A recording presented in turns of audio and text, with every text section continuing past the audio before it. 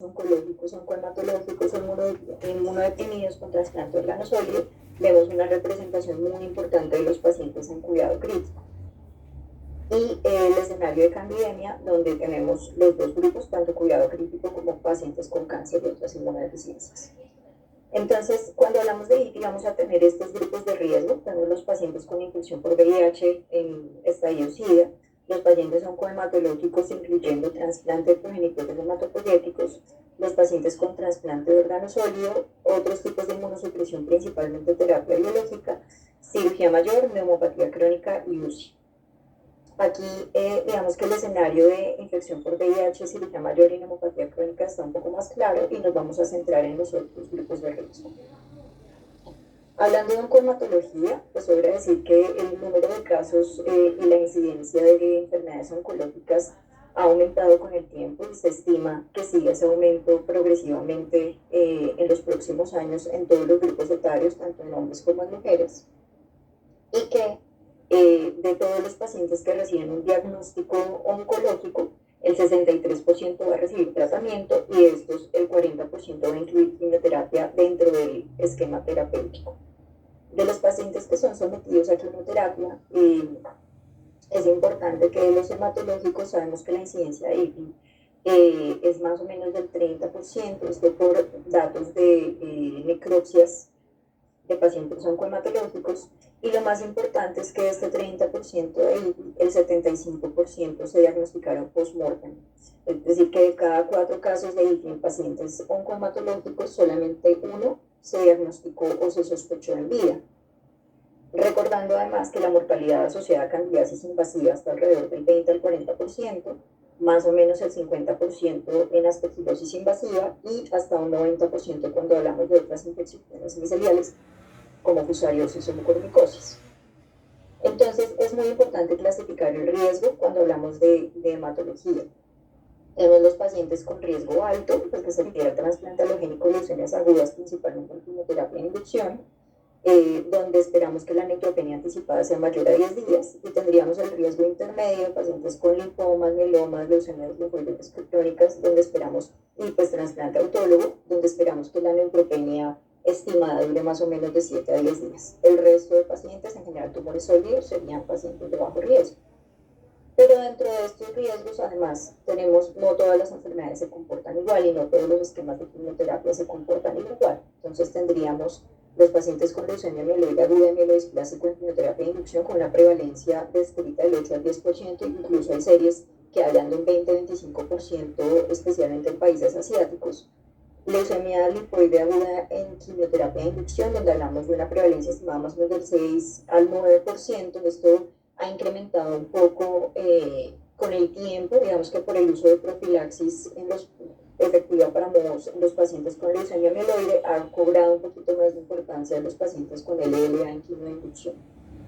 Las leucemias agudas en quimioterapia de consolidación, con una prevalencia estimada del 2%, síndrome mielodisplásico más o menos un 4% cuando tienen neutropenia severa, y cuando reciben hipomethilantes o pacientes con riesgo intermedio, que lo mostramos en la tablita anterior, estaríamos hablando de una prevalencia estimada del 2%. Aquí es importante que esta prevalencia va a variar dependiendo de la edad de los pacientes. Digamos que mayores a 55 años tienen mayor riesgo, la funcionalidad, las comorbilidades, principalmente enfermedad pulmonar, entonces si tiene EPOC aumenta el riesgo, algunos polimorfismos genéticos que se sabe que aumentan la susceptibilidad para cierto tipo de infecciones, y los esquemas pediátricos en los pacientes con LLA, que por las dosis y los medicamentos utilizados aumentan el riesgo de IPI. Cuando hablamos de tumores sólidos, es muy importante que en una serie muy grande de 101 casos de IPI en pacientes con tumores sólidos, el 98% no tenía neutropenia. Entonces, en este grupo de pacientes es muy importante que la neutropenia no es el principal factor de riesgo. Y si lo es, la neumopatía de base, algún compromiso pulmonar, bien sea por EPOC o por compromiso tumoral, tanto primario como secundario, y muy importante la neumonitis post-radioterapia. Entonces, esto es importante tenerlo en cuenta cuando hagamos nuestro abordaje basado en sospecha.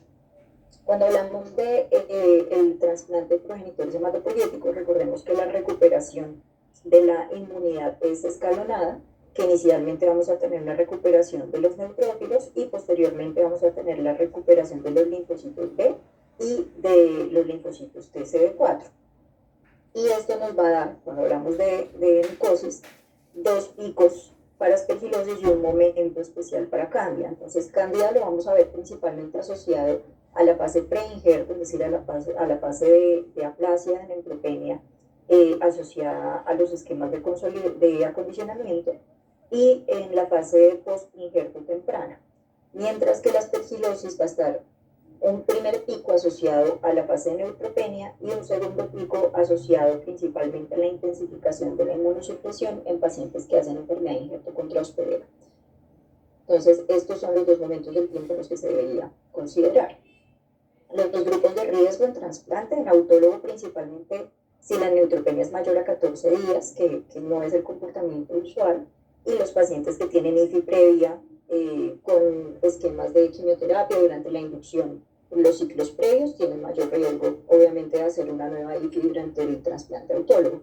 De resto, nuestro principal grupo de riesgo va a ser el trasplante halogénico, y dentro del trasplante halogénico vamos a tener unos marcadores importantes. La IFI previa, como ya lo mencionamos previamente, la comorbilidad con diabetes, la compatibilidad del donante, el uso de donante no relacionado y apelidéntico va a aumentar el riesgo, que la neutropenia sea mayor a 14 días, la depresión de linfocitos T, que en nuestro escenario se resume principalmente en el uso de timoglobulina, el uso de anti-CD25, recordar que las profilaxis son un factor protector, entonces la ausencia de profilaxis para MOS sería, digamos, que un factor de riesgo, la enfermedad de injerto contra-hospedero ya como para una IFI tardía, el uso de corticoides post-trasplante, la reactivación de citomegalovirus y la enfermedad de injerto contra-hospedero crónico. En el trasplante de órgano sólido, lo importante es recordar, al igual que en el diagnóstico de cáncer, como hablamos previamente, que el número de trasplantes en el mundo ha aumentado progresivamente. Y a pesar de que en Colombia el año pasado, por efecto de la pandemia y la bioseguridad y todo asociado como al rescate de órganos en el escenario de pandemia, hubo una disminución estimada más o menos del 23-25% en el número de trasplantes realizados, la tendencia en general era el crecimiento y pues se espera que eso se recupere en un futuro.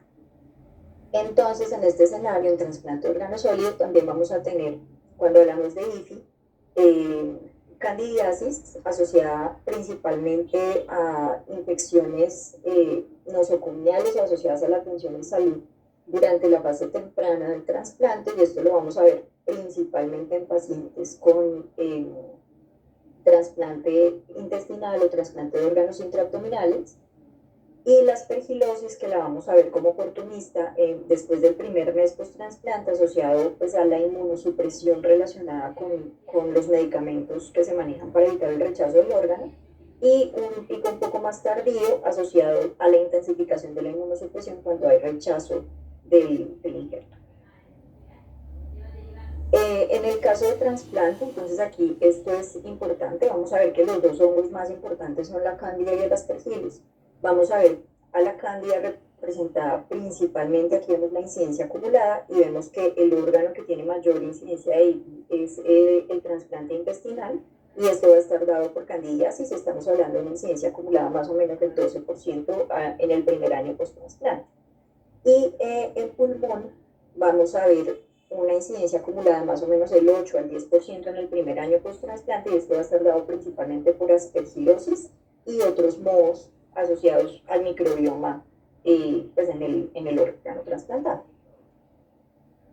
Los grupos de riesgo en trasplante de órgano sólido, entonces tendríamos una IFI temprana, que les mostré que era el primer pico. Esto está asociado, digamos, que el riesgo es mayor en los pacientes que tienen retrasplante, reintervención quirúrgica, que requieren hemodiálisis post-trasplante, hacen rechazo agudo del órgano, tienen colonización previa, esto aplica para trasplante de pulmón y corazón, o uso de corticoides temprano.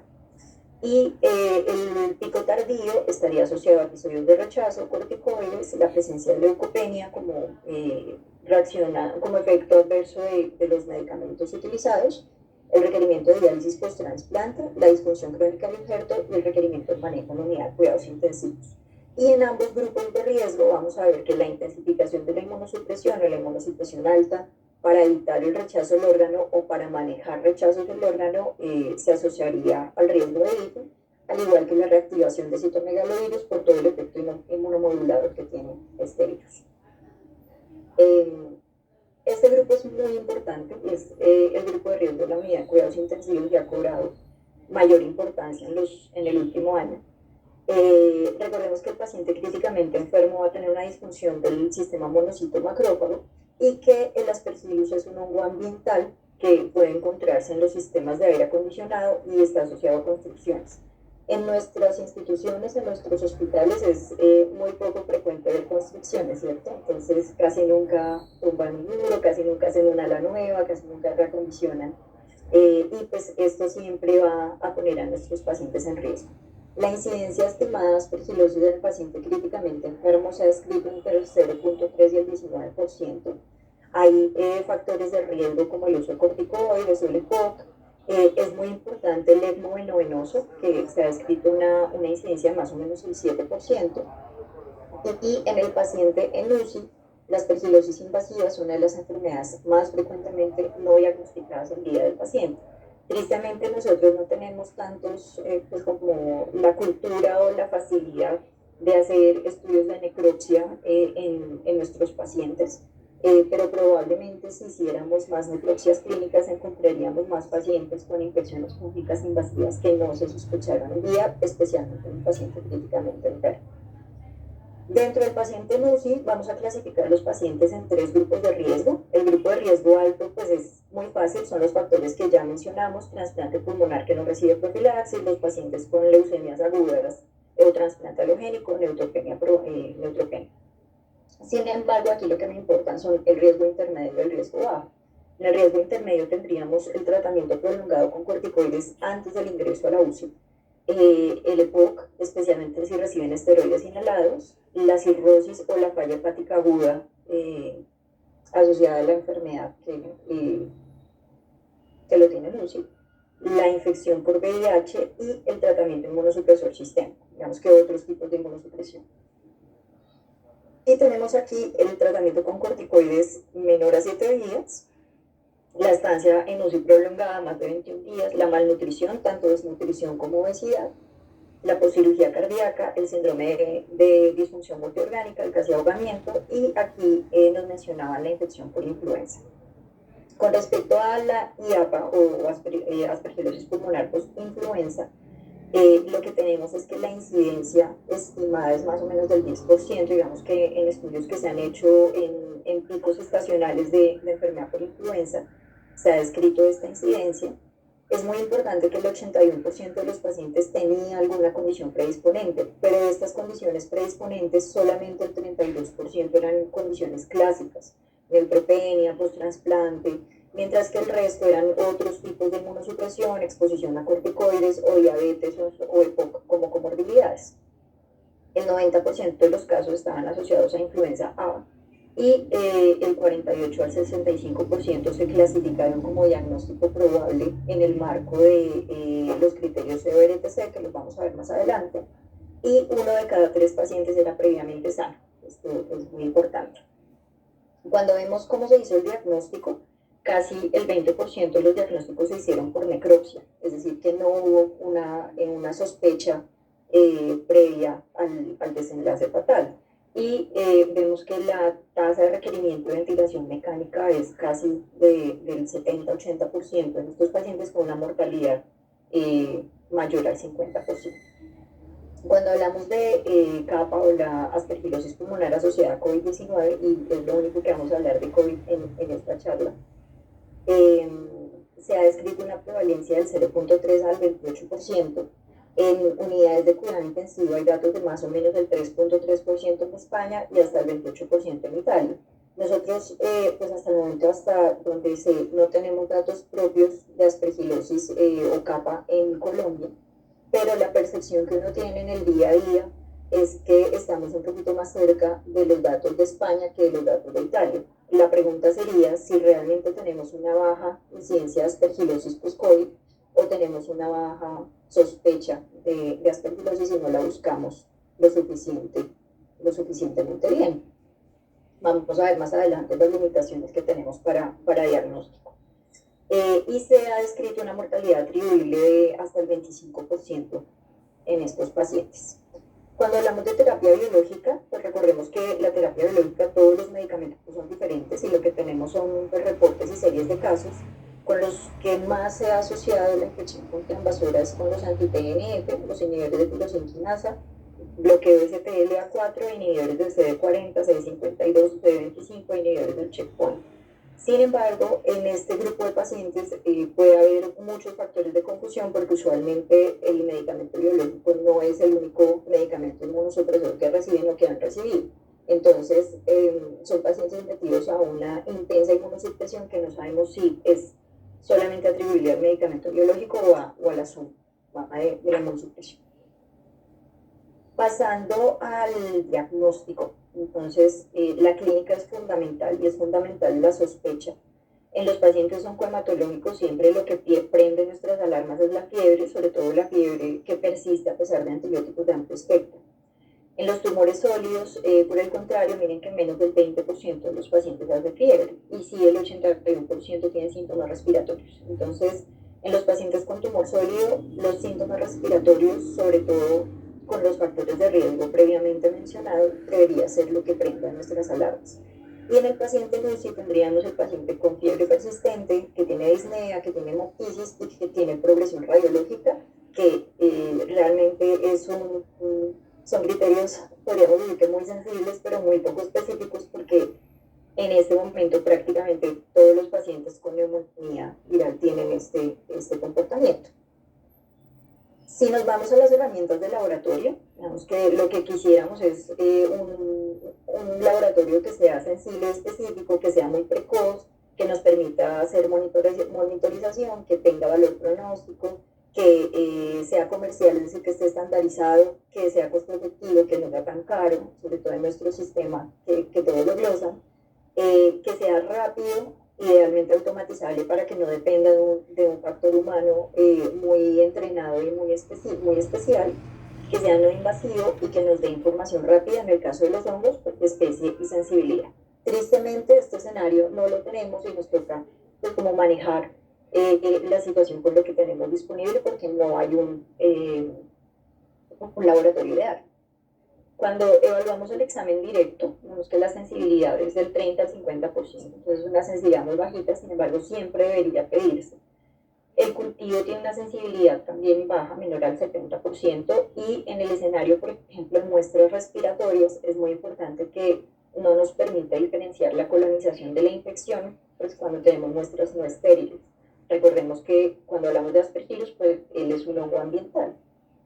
Son dependientes del tiempo y tiene limitación para la identificación de especie y digamos que es una ventaja la posibilidad de evaluar la susceptibilidad del antifungigrama.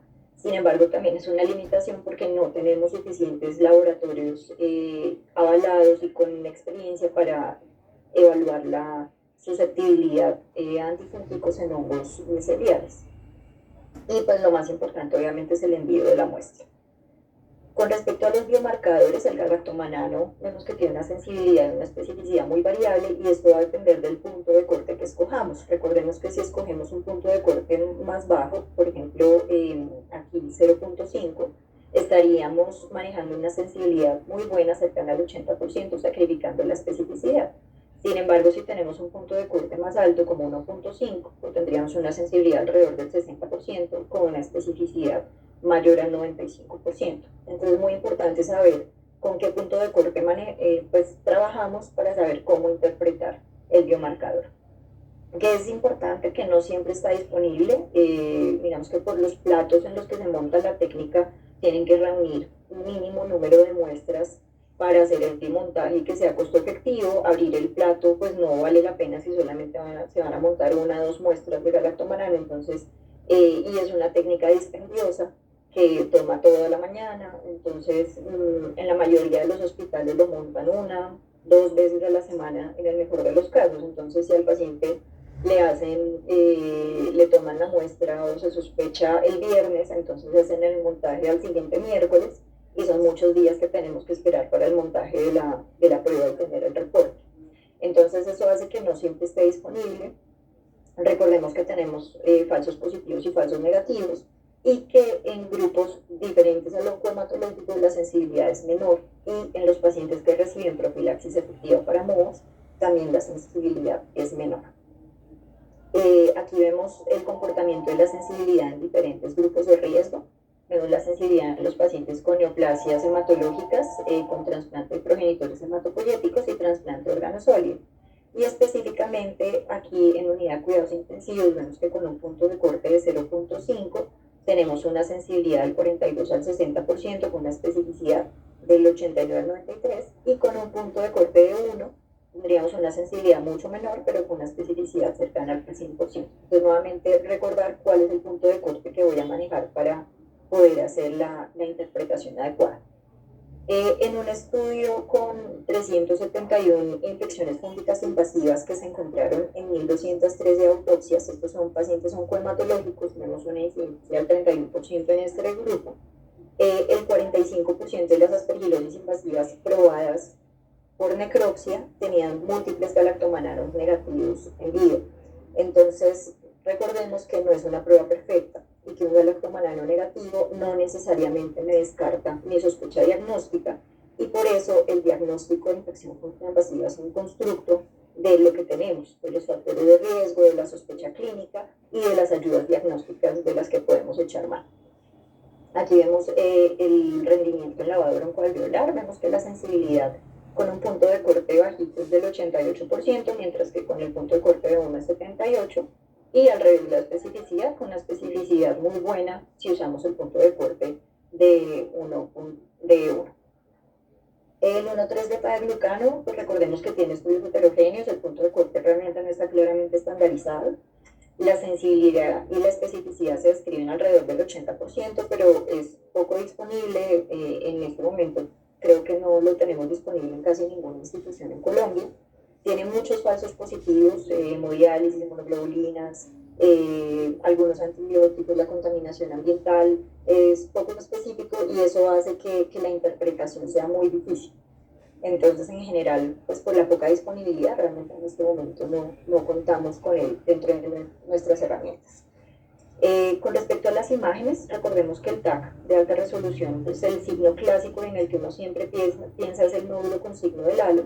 Sin embargo, en los diferentes grupos de riesgo hay diferentes imágenes que tienen mayor sensibilidad, aunque no sean tan específicas. Por ejemplo, en los pacientes con tumores sólidos, la mayoría, la presentación van a ser nódulos. 41% de los pacientes tienen nódulos, y ven que el 17% tienen consolidaciones. Mientras que en trasplante de órgano sólido el 50% tienen nódulos o lesiones necróticas, y el 50% tienen hallazgos inespecíficos, es decir, vidrio, derrame pleural y otro tipo de hallazgos parenquimatosos diferentes a nódulos. Entonces eso tiene que hacer que no estemos siempre buscando el nódulo con signo del halo para pensar en una infección fúngica invasiva, sino que tenemos que abrirnos un poquito más dependiendo de nuestra sospecha.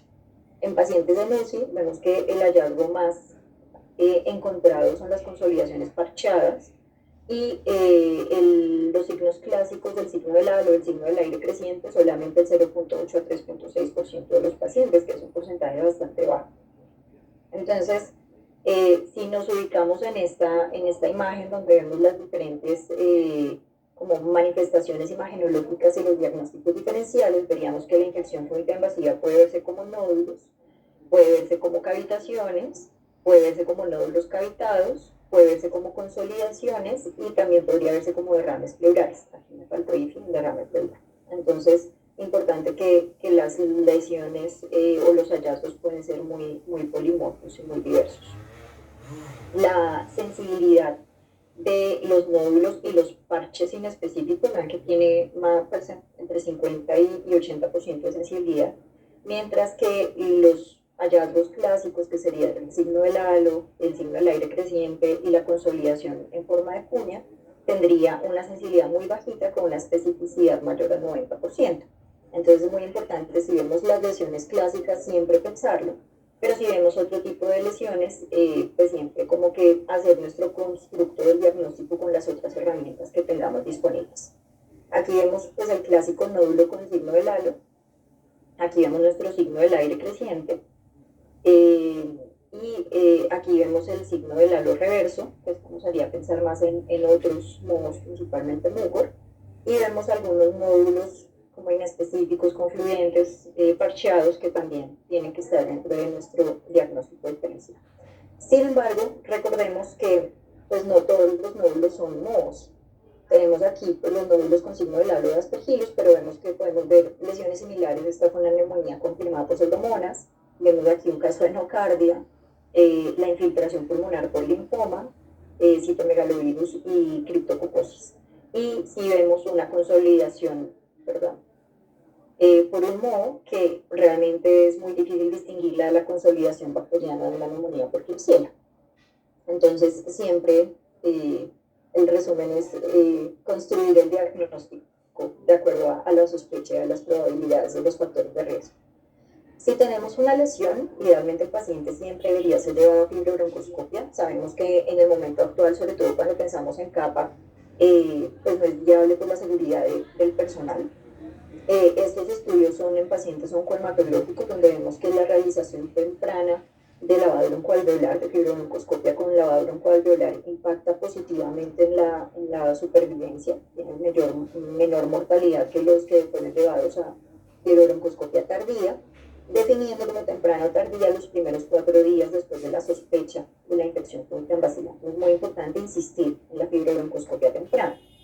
Y en el escenario de fibrobroncoscopia, también recordar que los hallazgos imagenológicos que tienen mejor rendimiento diagnóstico son los infiltrados en forma de consolidación, las opacidades del vidrio esmerilado y los infiltrados con larga inflamación. Sin embargo, pues todos tienen, vemos aquí los infiltrados nodulares pueden tener un rendimiento diagnóstico del 40%, que con las pocas herramientas que tenemos disponibles y con lo difícil que hemos visto que es el diagnóstico de IPI, pues debe siempre buscarse proactivamente el diagnóstico, y la fibrobroncoscopia es una de las principales herramientas que tenemos. En los pacientes a los que se les realiza biopsia, es importante que de más o menos 36% de los pacientes que tenían biomarcadores y cultivos negativos tenían un hallazgo histopatológico compatible. Entonces, siempre en la medida de lo posible, hacer biopsia.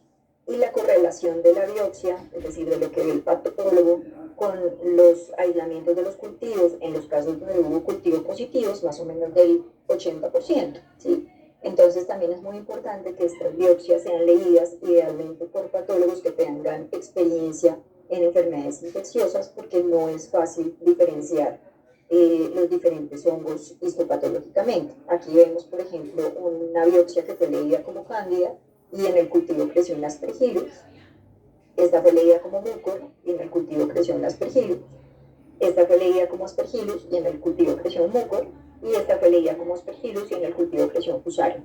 Entonces también es muy importante cuando vemos IFAs en la histopatología hacer la correlación con cuáles son los factores de riesgo, cuáles fueron los antifúngicos que recibió previamente el paciente, y no toda IFA que se ve en la biopsia es Aspergillus necesariamente. Son muy importantes las tensiones especiales, PAS y GROCO, siempre pues hacer la correlación con el cultivo, pues muchas veces la biopsia se va en formol y no se envían muestras al laboratorio de microbiología, eso casi nunca nos pasa, y ya hablaremos más adelante de la PCR. Y pues obviamente lo más importante es obtener la biopsia cuando sea posible. Siempre insistir en el diagnóstico. La PCR pues tiene una sensibilidad que va en sangre para Aspergillus del 64 al 84%. Aquí vemos en lavado broncoalveolar más del 91%, una sensibilidad muy buena, muy buen rendimiento. Aquí hay otro estudio donde hablaban de 85% de sensibilidad combinando PCR con galactomanano, mientras que PCR solita una sensibilidad muy pobre y galacto 43%. Y pues nosotros para este escenario, digamos que para PCR, para Aspergillus, no tenemos suficiente experiencia para tener como unos datos propios. Y cuando hablamos de PCR panfúngica, vemos que hay datos en lavado broncoalveolar con un muy buen rendimiento y en tejido parafinado con una sensibilidad aceptable, Sin embargo, en este momento en Colombia no hay laboratorios con estandarización de PCR panfungita en lavado broncoalveolar en muestras diferentes a tejido. Entonces, esta modificación, la recomendación de PCR y de PCR panfungita va a quedar en las nuevas guías de aspergilosis en las guías nacionales. Sin embargo, hay que trabajar en la estandarización de los laboratorios y en la experiencia propia para poder hacer como tener un dato al respecto.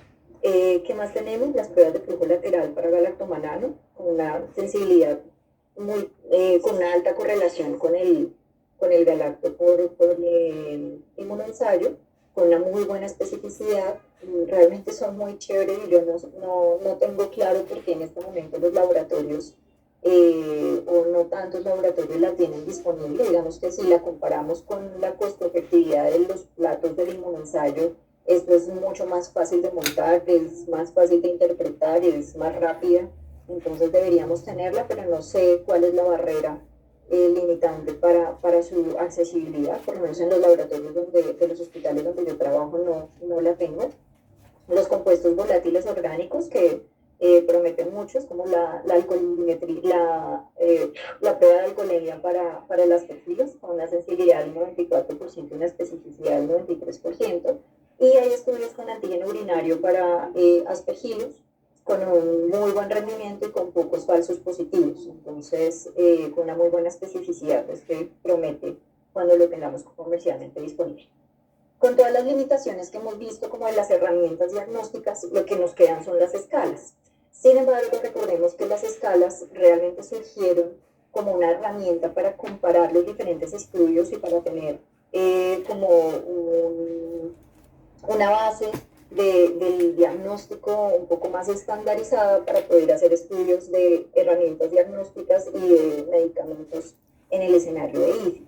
Y tienen un subdiagnóstico muy importante. En estudios de autopsia se han descrito hasta un 51% de casos con sospecha premortem de IFI por criterios EBRTC.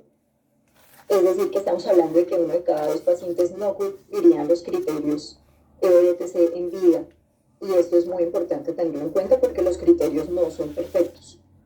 Recordemos que en 2019 se hizo una revisión de dichos criterios. Lo que se hizo fue incluir como unas definiciones para pediatría, pues que no, en este momento pues no me competen.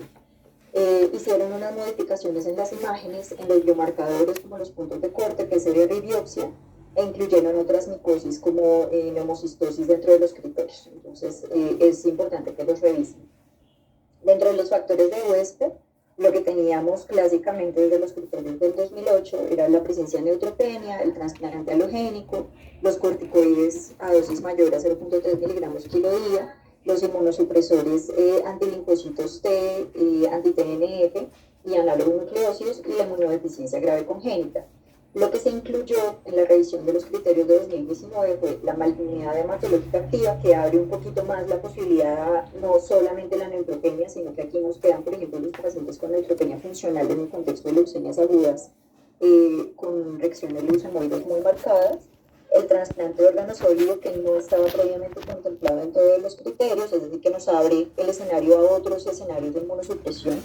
Los inmunosupresores antilinfocito B, como el ibrutinib, la enfermedad de injerto contra hospedero grado 3 y grado 4, refractaria al manejo, que tampoco estaba considerada previamente, y ya vimos en nuestras gráficas que es un factor importante.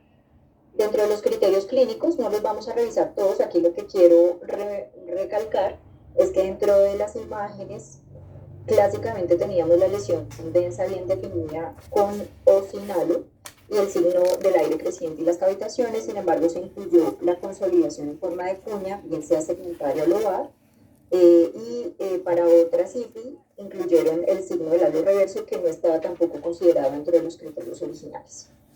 En los criterios micológicos, aquí lo que nos dan es los puntos de corte para los biomarcadores, específicamente para el galactomanano. Entonces nos dejan un punto de corte mayor o igual a 1 para suero ectoplasma y mayor o igual a 1 para el lavado broncoalveolar, si es en una sola medición. Sin embargo, si tenemos suero y lavado broncoalveolar, bajan el punto de corte. Si combinamos los dos, sería suero mayor o igual a 0.7 con lavadero alveolar mayor o igual a 0.8. Nos deja un punto de corte de 1 para el líquido cefalorraquídeo, recordando pues que no, en teoría no está validada la prueba, pero podemos montarlo en los pacientes que tienen sospecha. PCR positiva en suero, plasma o sangre, lo dejan como una PCR, 2 o más pruebas consecutivas positivas. Esto pues es una gran limitación porque no podemos hacer una.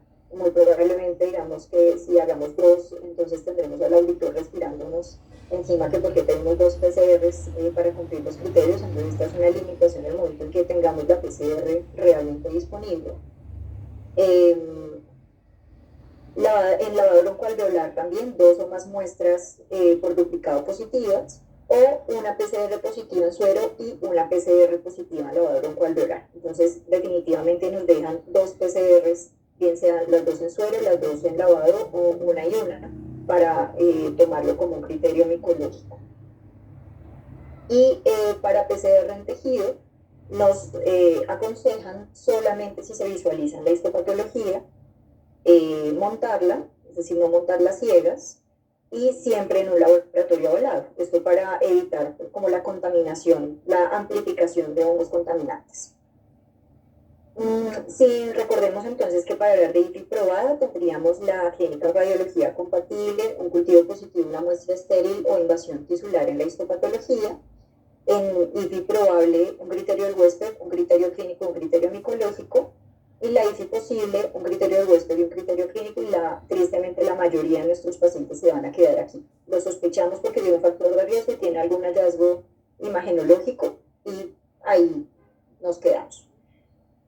Que es importante que los criterios, digamos, que son aplicables a pacientes inmunosuprimidos, inicialmente eran aplicables a pacientes oncohematológicos principalmente. Ahorita con los nuevos criterios amplían un poco más, pero siguen dejando por fuera otros grupos de riesgo. Entonces es cuando surgen otras escalas que les voy a mostrar más adelante. Aquí para mostrarles la escala para candidiasis invasiva que nos dejó la revisión del DBRTC del 2019, para probada con PCR cultivo de muestra estéril, y para probable con anomalías radiológicas no pulmonares. Esto es muy importante en nuestro escenario actual porque tenemos mucho aislamiento de cándida en secreciones respiratorias, donde pues, realmente no es el escenario. Ellos aquí dejan el 1,3-beta-glucano positivo en 2 muestras consecutivas, que nuevamente esto es una limitación para nosotros. Tendríamos aquí solamente el cultivo de muestra intraabdominal como criterio micológico, y pues los factores del huésped, que aquí pues nos dejan la neutropenia cuantitativa, corticoides, la colonización previa y los trasplantes. En el escenario de UCI, entonces, vemos que los criterios de BRTC realmente no son aplicables, no fácilmente aplicables, a no ser que tengamos un paciente inmunosuprimido en UCI. Entonces, han surgido otras escalas. Un ejemplo es esta, la escala SPICU. Aquí lo importante es que para entrar en la escala, digamos que para iniciarla, partimos de un cultivo positivo de una muestra respiratoria en tracto inferior. Entonces partimos del cultivo positivo, y realmente el objetivo de la escala es diferenciar si debemos darle valor al cultivo pensando que sea una infección verdadera, o si no debemos darle valor pensando que sea una colonización de la vía respiratoria. Entonces tenemos los signos y síntomas: fiebre refractaria, la intensificación de la fiebre, el dolor pleurítico, disnea de hemoptisis, que tendrían una sensibilidad del 100%, sin embargo una especificidad muy pobre, del 25%.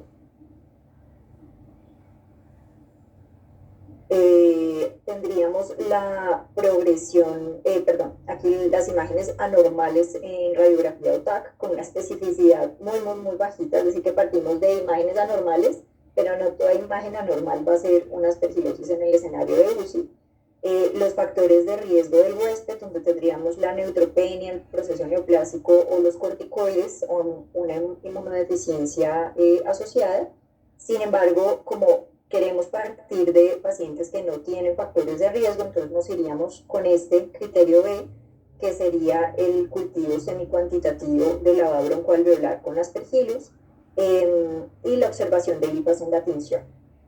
Sin embargo, pues la sumatoria de los criterios tendría una sensibilidad del 92% con una especificidad no tan buena, del 61%, y además probablemente nos dé lugar a subdiagnóstico, y el diagnóstico sería muy tardío porque estamos partiendo de un cultivo positivo en una muestra respiratoria. Entonces se han hecho modificaciones en estas escalas. Esta es una modificación, BMAS-IQ. Aquí digamos que partimos del paciente que tiene el cultivo positivo o que tiene cambios en las imágenes o tiene signos clínicos.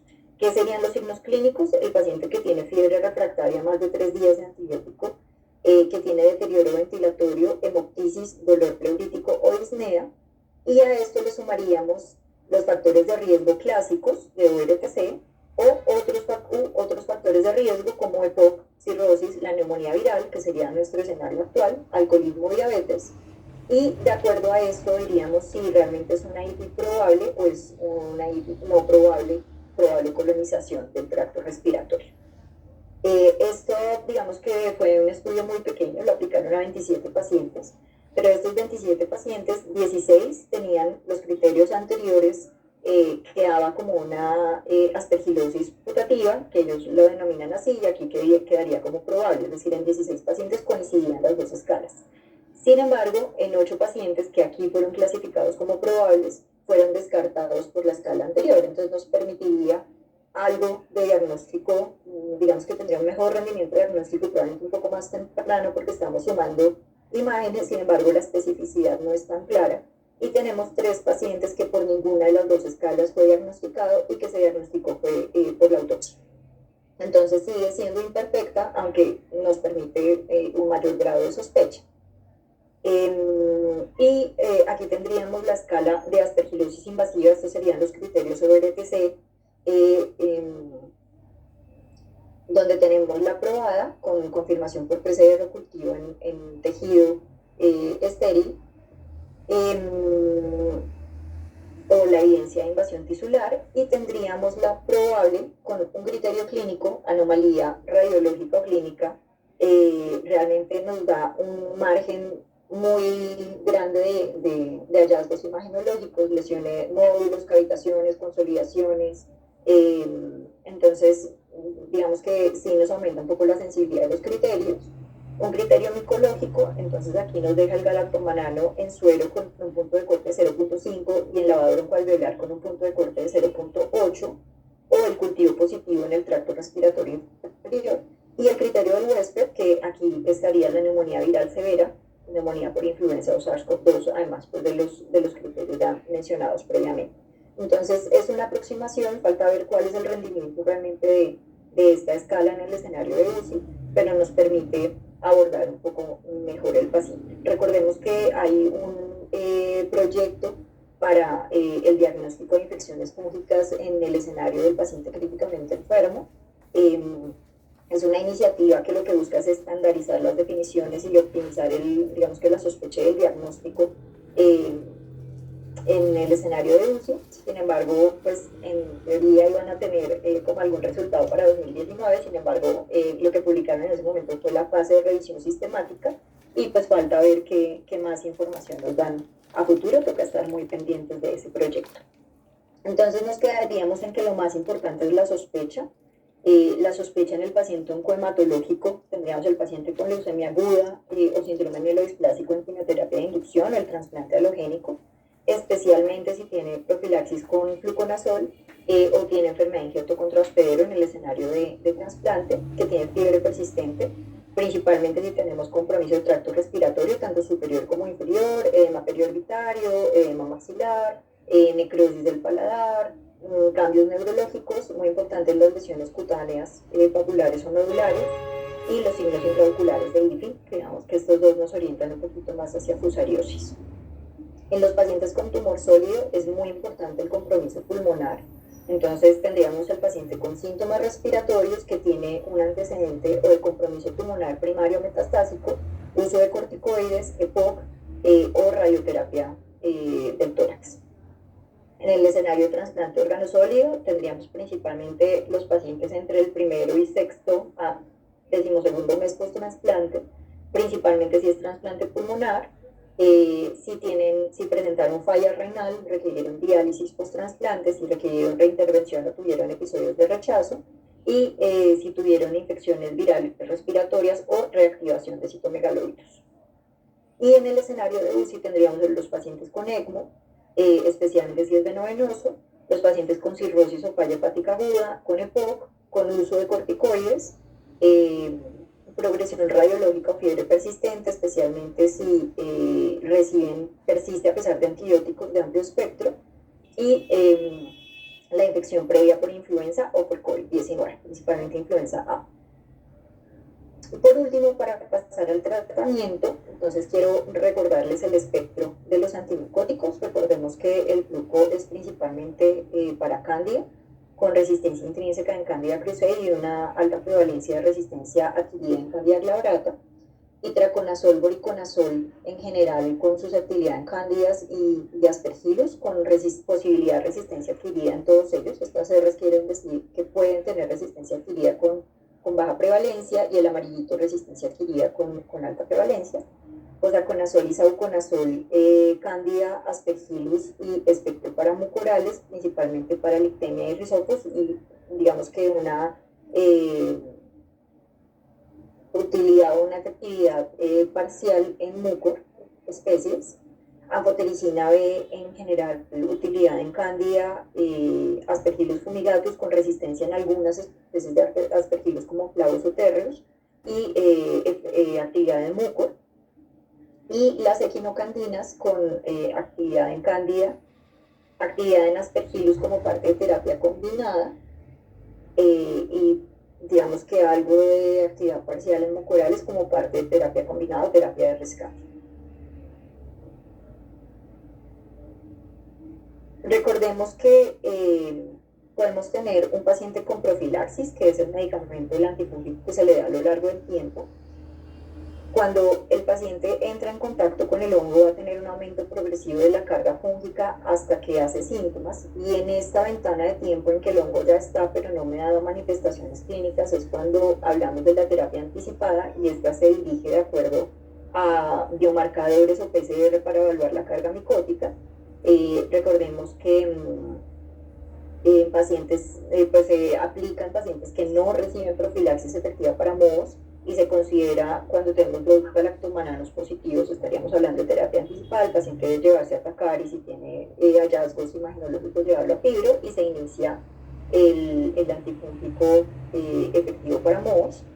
Y si espero que mi paciente haga síntomas, estaríamos hablando de terapia empírica, y si espero a tener la identificación, pues estaríamos hablando de terapia dirigida. Cuando hablamos de profilaxis versus terapia anticipada, es muy importante tener en cuenta el grupo de riesgo en el que estoy hablando. Digamos que aquí hablaríamos principalmente de pacientes de alto riesgo, pacientes que son dermatológicos, principalmente leucemias agudas en quimioterapia e inducción, o en el escenario de trasplante de órgano sólido, principalmente trasplante pulmonar. Entonces siempre evaluar el riesgo y la incidencia en mi institución, en mi ambiente, la disponibilidad de herramientas diagnósticas. Digamos que para poder hacer una terapia anticipada tengo que tener la posibilidad de hacer galactomanano, que se monte frecuentemente y que me lo reporten oportunamente. La accesibilidad al sistema de mi paciente, si tiene una dificultad para acceder al sistema, probablemente sea mejor dejarlo con profilaxis. Y el riesgo de interacciones, efectos adversos e inadherencia, que probablemente, si yo tengo mucho riesgo de interacciones, efectos adversos, me inclinaría hacia el lado de la terapia anticipada, y pues obviamente la costo-efectividad de las terapias. No sé si alguien quería hacer una pregunta, creo que alguien tenía el micrófono abierto. Ok. Entonces es importante evaluar la prevalencia, la tolerancia a la vía oral, y pues si hay alguna contraindicación para azoles. Doctora, perdón, si tenemos una pregunta en el chat, usted me dirá si la leemos ya o al final de la charla. Si quieres de una vez. Bueno, nos preguntan, ¿hay alguna información de la incidencia de mucormicosis en coinfección o posinfección de COVID-19? Realmente yo no la tengo presente. Creo que hay algunos reportes de casos, pero incidencia como tal, no. Como datos de grandes series y de estudios poblacionales no los conozco. Gracias, doctora. Vale. Vale, en el abordaje diagnóstico, entonces, tendríamos al paciente en el escenario oncohematológico, el paciente con neutropenia prolongada o el paciente que viene con estrategia anticipada con 2 galactomananos positivos, o el que viene con profilaxis antimicelial pero tiene fiebre persistente o una sospecha clínica, pues deberíamos llevarlo a imágenes. Qué pena es que alguien tiene el micrófono abierto y hay un perro que ladra.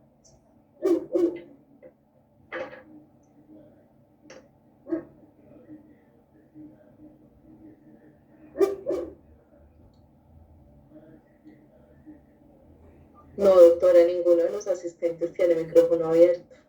No sé, estoy escuchando un perro o me enloquecí. Bueno, sigo aquí. Entonces, el paciente debería ser llevado a TAC y a estudios dirigidos, el galactomanano en suero. Si tiene síntomas respiratorios altos, pues estudios de senos paranasales. Si tengo alguna lesión, pues debería hacerle biopsia, especialmente si tenemos lesiones cutáneas. En el paciente con fibrobroncoscopia, en el paciente con lesiones en las imágenes, se les debería hacer fibrobroncoscopia lavado broncoalveolar, y pues si los llevamos a fibrobroncoscopia se debe hacer cultivo galactomanano lavado broncoalveolar, y si tenemos disponible, que esperemos que sea próximamente PCR para aspergillus principalmente. Recordemos que si tenemos un TAC positivo con biomarcador positivo, quedaría como una IPI probable y este paciente debe recibir tratamiento antimicótico. Si tengo TAC positivo con biomarcador negativo, estaríamos hablando de una IPI posible. Habría que buscar un diagnóstico alternativo para la biopsia pulmonar y considerar en ciertos escenarios el tratamiento antimicótico.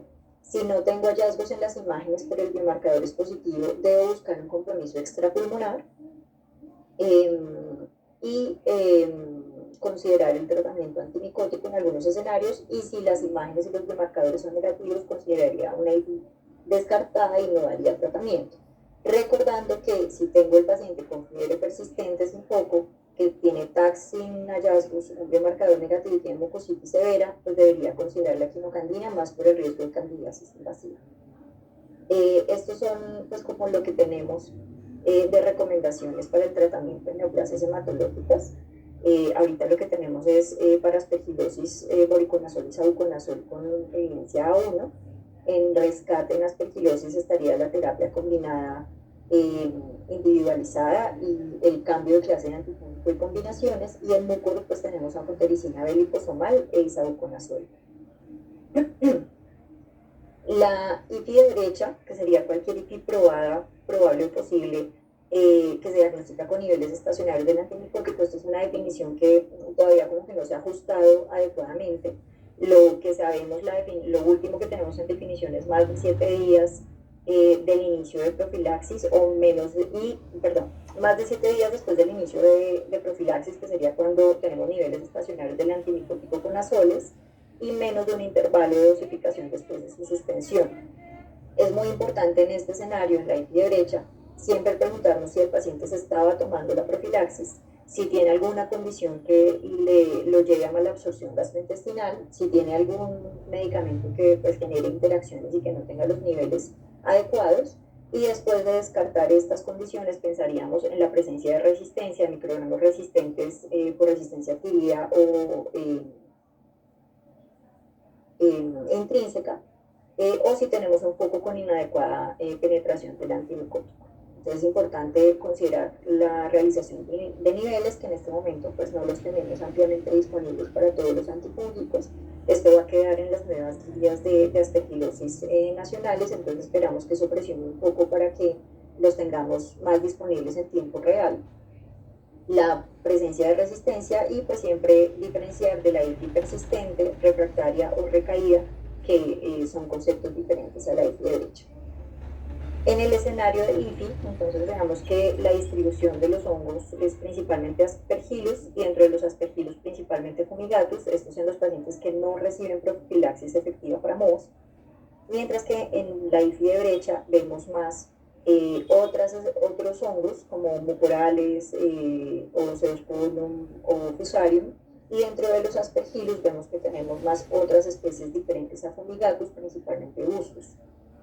Entonces es muy importante diferenciar la mucormicosis de la aspergilosis, importante de la búsqueda de compromiso sinusal, si venían con profilaxis con voriconazol,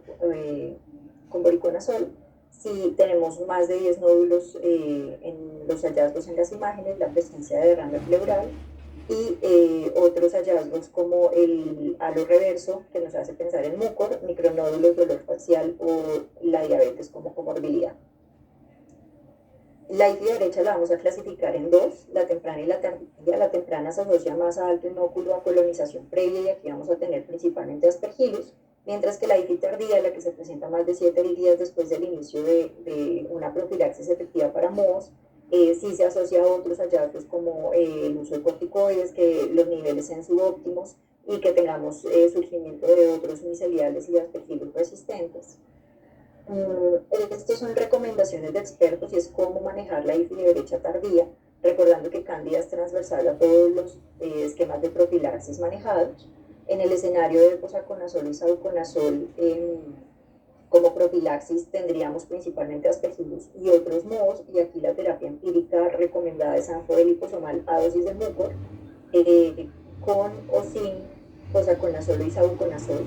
Digamos que la recomendación de expertos es: si venía con posaconazol, cámbialo por isabuconazol y asocie anfo; si venía con isabuconazol, cámbialo a posa y asocie anfo. Pero realmente esto, pues, nuevamente es una recomendación y la evidencia no es muy fuerte.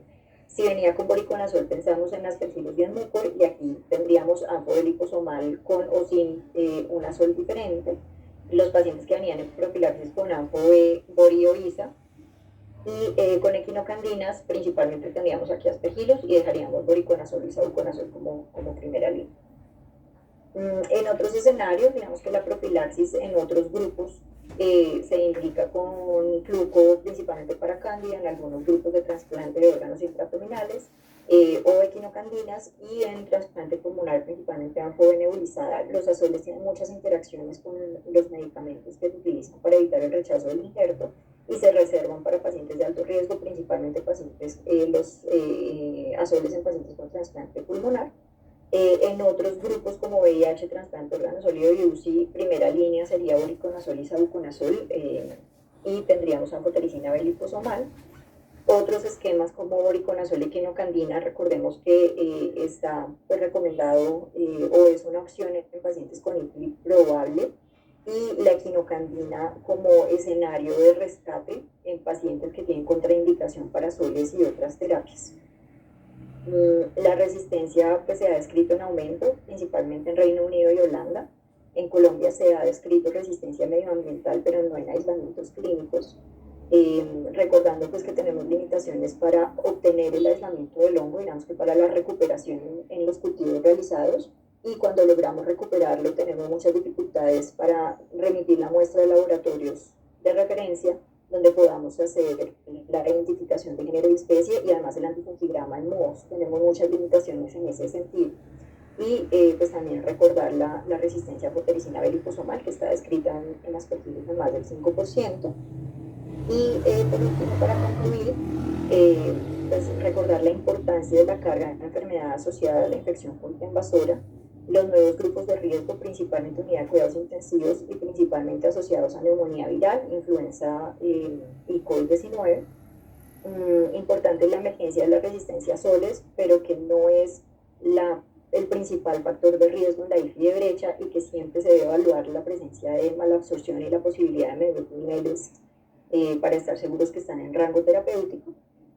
Recordar el efecto de la profilaxis en el abordaje diagnóstico y terapéutico, porque sí nos va a cambiar el rendimiento de las pruebas y nos va a cambiar nuestro esquema antimicótico empírico. Pues que la dificultad en el acceso a las herramientas diagnósticas sigue siendo una realidad, y pues esperamos que esto mejore con el tiempo. Y esto nos deja la importancia del abordaje clínico y de la sospecha diagnóstica en todos los grupos de riesgo. Muchas gracias, y pues estoy abierta a las preguntas que tengan. Gracias, doctora. Inducción de leucemia de LMA, recomiendo hacer galactomanane con qué periodicidad. Yo diría, de acuerdo pues, a la grafiquita que les mostré del balance entre consideración de profilaxis versus terapia anticipada, individualizaría mi institución. Si tengo una prevalencia de IFI mayor al 8%, donde ha demostrado ser costo efectiva la profilaxis efectiva para mohos, pues les daría simplemente profilaxis con posaconazol y no haría seguimiento con galactomanano porque no es el escenario en el que está indicado. Si la prevalencia es menor, podría considerar dejar profilaxis simplemente con fluconazol y tendría que hacer el galactomanano 2 veces a la semana. Con la salvedad, obviamente que el reporte tiene que estar, o sea, el procesamiento de la muestra tiene que ser en mi institución y el reporte lo tengo que tener en menos de 24, máximo 48 horas para poder realmente tomar las decisiones oportunamente, si no, dejaría de ser terapia anticipada y terminaría convirtiéndose en terapia empírica cuando el paciente haga fiebre. Es como yo individualizaría el escenario. Y claro que ladraban, pero no sé qué otras preguntas tengan. El doctor Carlos Olivers nos hay acá un signo de interrogación. El micrófono está abierto, doctor Carlos. ¿No? Doctora Karen, cuénteme. Mira, hay un escenario como bastante repetitivo en la UCI, es que no se les puede, bueno, los pacientes con COVID que tienen parámetros muy altos, inestables, no se pueden llevar al TAC. Entonces, ahí, punto uno, no tenemos imagen, no se les puede hacer fibro, pues porque están con la PCR positiva, entonces ahí nos quedamos sin el galacto. Entonces, pues se ve el escenario que en la UCI les inician un manejo antifúngico porque pues existen febriles a pesar del tratamiento antibiótico de amplio espectro. Entonces, ¿ahí tú qué recomendarías el iniciar quimocandina o azoles, teniendo en cuenta que está en riesgo también de fungenia por cándida, ¿no? Entonces, ahí digamos que uno sí le gustaría cubrir las dos opciones, pero no sé tú qué piensas. Yo creo que es un escenario muy difícil y el que todavía estamos como aprendiendo. Este año ha sido un año de aprendizajes y de reevaluar como toda la evidencia. Yo creería que el manejo con cualquiera de las dos opciones, tanto voriconazol y sabuconazol o una quimocandina sería adecuado. Sin embargo, creo que sí es muy importante buscar el diagnóstico. Entonces, pues en ese escenario, lo ideal sería hacer galactomanano en suero. Ya tenemos por lo menos un punto de corte de algunas escalas en UCI.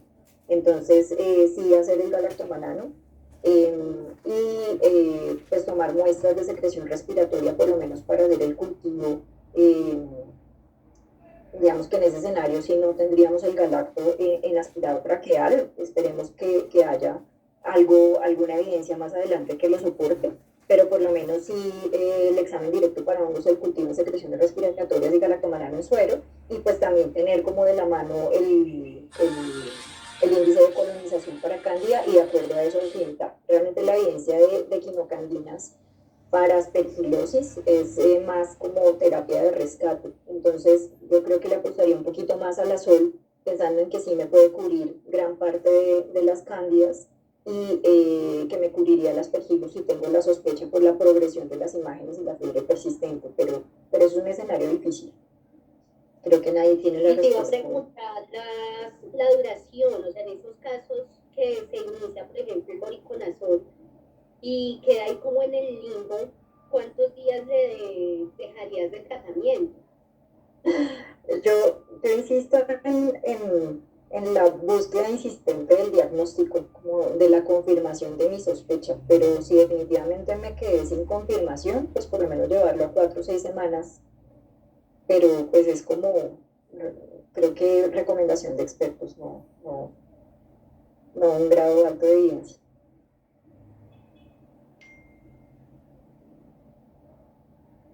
Gracias, doctora María José. En este momento le damos paso al doctor Mario Mendoza.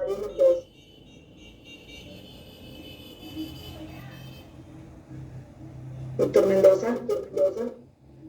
¿Me están oyendo? Sí, señor. Sí, señor. Ah, bueno, perfecto. No, es que se trata de una noticia de prensa, lo leí en la prensa, de una epidemia de mucormicosis en la India, post-COVID, que han informado en asociación a la pandemia, ¿no? Y hablan de unos 9.000 casos. ¿Qué noticias tiene usted de eso? Pues es importante recordar que de mucor, me escucho como conejo.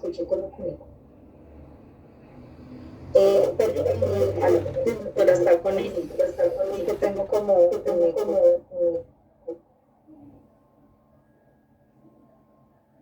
hola, ahora sí, creo que sí, mejor. En el escenario, pues recordemos que de los pacientes que más, de los países que más reportan mucor, que más experiencia tienen en tratamiento en series de casos, es la India. Entonces, muy probablemente ellos sí tengan una epidemia de mucor asociada a COVID, partiendo de una prevalencia alta como país. Digamos que ellos epidemiológicamente sí tienen una alta prevalencia de mucormicosis, pero no, pues realmente no tengo más información al respecto. Diría que está pues como relacionada con la prevalencia que ellos tienen ya como intrínseca y que probablemente pues el COVID y las condiciones sanitarias que ellos tienen lo hayan empeorado, pero pues tristemente para eso sí no puedo darle una respuesta más amplia, porque tengo.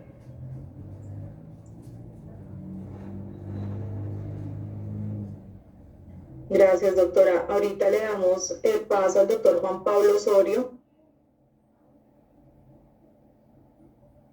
Hola, buenas noches. Buenas noches. Hola. Hola, doctora María José, pues primero felicitarla por la capacidad de síntesis y la ilustración, pero quisiera hacer una pregunta respecto al escenario UCI y candidiasis invasora. Digamos que tenemos problemas respecto a la sensibilidad de los cultivos y, digamos, al paciente que tiene muchos factores de confusión para poder hacer el diagnóstico realmente de choque séptico y está en riesgo de candidiasis invasora. Si pudiéramos tener un paso adicional en el diagnóstico micológico sin tener en cuenta, digamos, como el costo y la disponibilidad, pero si pudiéramos conseguir algo, 1,3-beta-glucano, T2 cándida, ambos, digamos, como que otras estrategias de diagnóstico pudiéramos tener. Si pudieras soñar, T2 cándida. Realmente es lo que ha mostrado mejor rendimiento en el escenario de candidiasis invasora. De aquí a que nosotros lo tengamos disponible, realmente creo que va a ser tardío. La combinación de manano y antimanano tiene un buen rendimiento, pero también veo, no sé por qué razón, veo lejano como la disponibilidad de nuestro medio. Entonces, pues lo ideal sería T2 cándida por el rendimiento, digamos, porque una sensibilidad mayor al 80%, pero se ve un poco lejana. Y creo que lo que tenemos en este momento son las escalas, con todas las limitaciones diagnósticas que tienen, y pues la búsqueda de colonización con toda la limitación que tiene en su realización, en la implementación, en la interpretación. Creo que es un escenario muy difícil, y es una de las cosas que hemos vivido en este último año, además.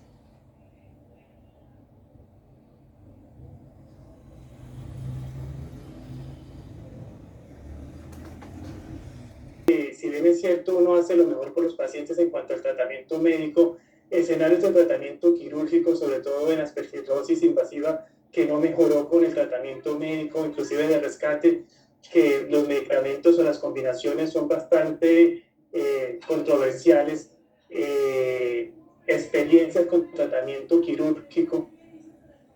En mi experiencia, realmente solamente 2 pacientes. Una paciente con una aspergilosis extrapulmonar con compromiso de columna, como con una lesión